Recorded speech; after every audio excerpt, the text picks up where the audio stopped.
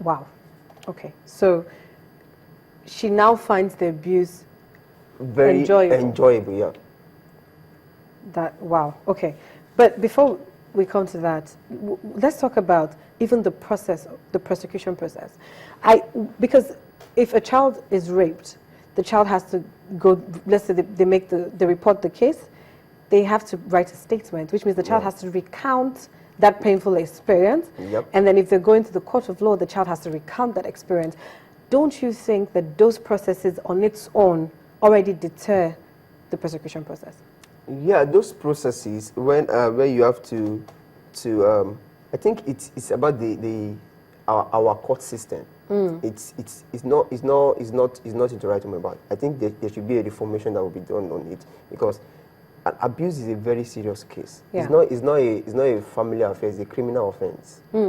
So, and if we take it with levity, we just, even the child that was abused, we just felt, let me just go. This is not making sense anymore. Yeah. So I think the prosecution should be faster. Exactly. It should be faster. When the report comes, police do their job, do the investigation. You bring the predator to court. Then let's see what goes on. But because we live in a country where money buys everything, you see a predator threatening the family of the abused, that if so thing happened to me, I'm going to do this. And there are so many cases like that. At the end of the day, the predator walk free on the street to abuse someone else. The child that was abused is stigmatized.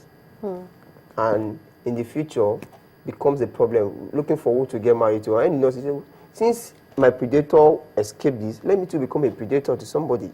Yeah, because there's a possibility I would escape this. Yeah, there's a possibility I will escape this. As a child psychologist, what are some of the steps you take when helping these children that have been abused? Number one, I still go back to asking the right questions. You ask the right questions, then you should be patient with this, because there's something called post-traumatic stress.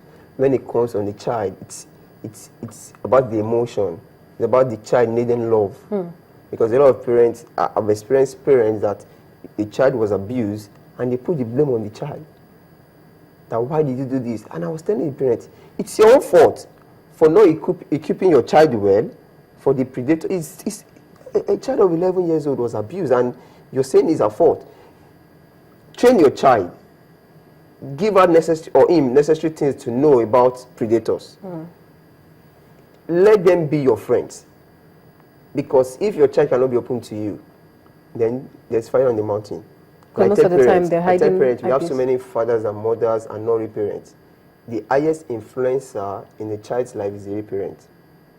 So anybody that your child can easily talk to is the parent of your child. So you have to build friendship.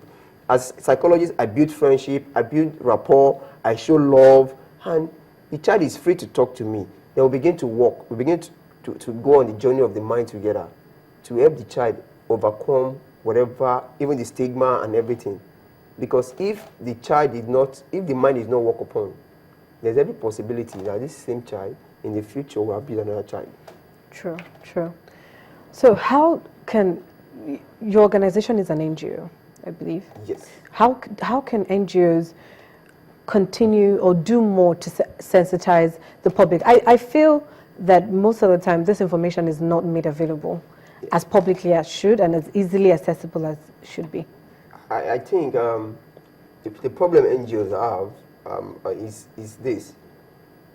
We have so many people doing the same thing and not coming together. They are doing, this one is doing this as there, this one is doing as there or is there, and few impact. Instead of coming together, I was speaking to someone yesterday. I said we have march against rape, we have kick against rape, we have stand against rape, swim against rape, and everything against rape. And nothing is happening. We are not seeing results. Why don't everybody come together? Your march against rape, your kick against rape, your stand against rape, come together, work together, and meet the government, get funding, work seriously. We work like an NGO, but it's a social enterprise. Okay. So we assist even NGOs in what they cannot do. Because I tell people, I say, I'm tired of writing for grants. You meet the government, they tell you maybe because after you're done with school, you don't have a job, you now start an NGO, they insult you for what you're doing. Okay, let me start as a social enterprise. Let me fund the thing myself. Let me make the income, fund the thing myself, and work with NGOs that need funds. Even though I won't give NGOs funds. You won't give NGOs funds? Yeah, I won't give the NGO funds because I too need funds. Okay, that's interesting.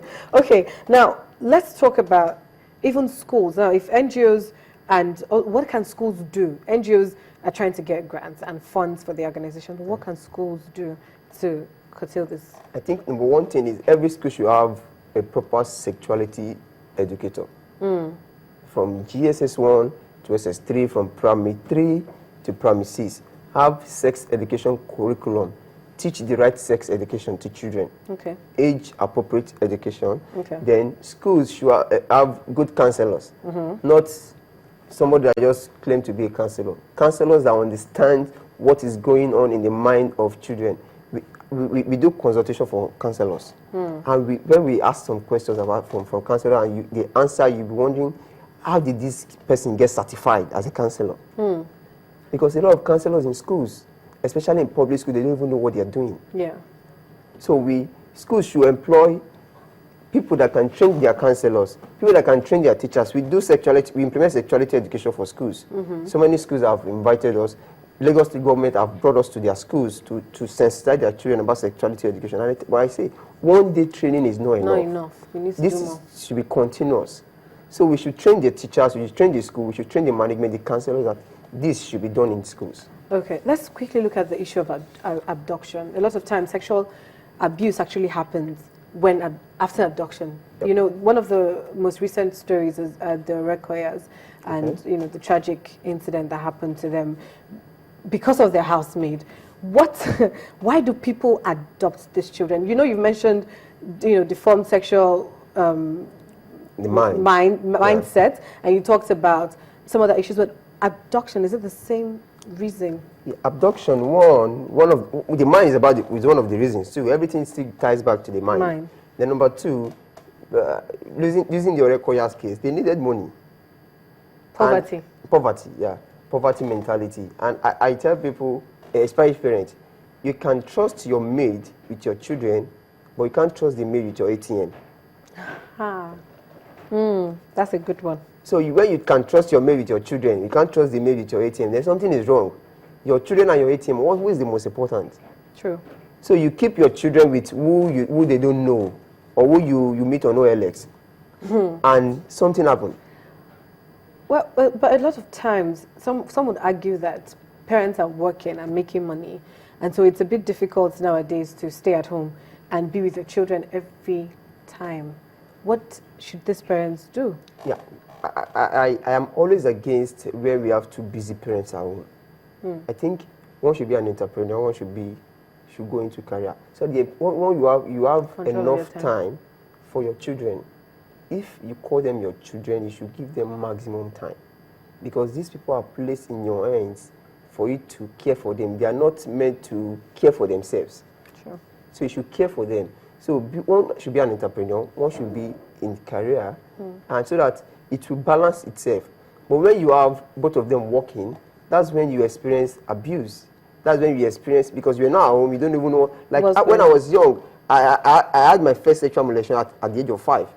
My dad and my mom, they leave home as early as possible. They come back like 8:30 in the night. They don't know what happened to us between morning and night. So from 5, at 12, another abuse happened, and it continues like that. It became a continuous thing. Right. And my parents don't even know. Maybe they are just even hearing it on TV now. Wow. That's a revelation right there, Rubbin Minds. Okay, let's talk about security measures that can be put in place. Now, abductions happen at home, in schools, even in churches. I know there was a story of a 10-year-old boy that was abducted during church service. Thankfully, he was found by the close of service. But what can we do to make sure that our security is tight to protect our children? Number one, we need, let me say, to protect these children, we need to let them be aware of the reality that abduction happened. Then we need to let them know their relationship with strangers. Okay. Number 3, I think for the averagely rich family, you could put CCTV. Exactly. In churches, in mosques, in schools. And there should be child protection policy in schools especially. Because a lot of school does not even understand what child protection policy means. You go to school, your child begin to see so many rubbish because there was no child protection policy. You cannot sue the school. You cannot do anything with the school. Okay. So there should be child protection policies in schools. Barrister Taiwo Akinlami is an expert in that. He can help so many schools in building that such curriculum. So there should be child protection policy in schools. There should be CCTV. There should be awareness that abduction is a reality. Yeah. It happens. Yeah. And your relationship with strangers should be curtailed. Yeah. Okay, on that note, we've come to the end of the program. Like we said, our children, May 27th, we're going to be celebrating them. Our children are precious to us. Our younger ones, we are guardians of future leaders, of our country, and we should pay extra attention to what happens with them. Abduction leads to sexual abuse. Sometimes right under our noses, right before our eyes, our children are getting abused. And, thank you so much, Matthew, for joining us. We should ensure that we take absolute care of these ones because, of course, when we are not there, they will drive the nation towards where we want it to go. Thank you so much for joining us. My name remains Daphne Akatugba. See you same time next week. It has been Rubbin Minds. Bye-bye. We represent. What else? What else?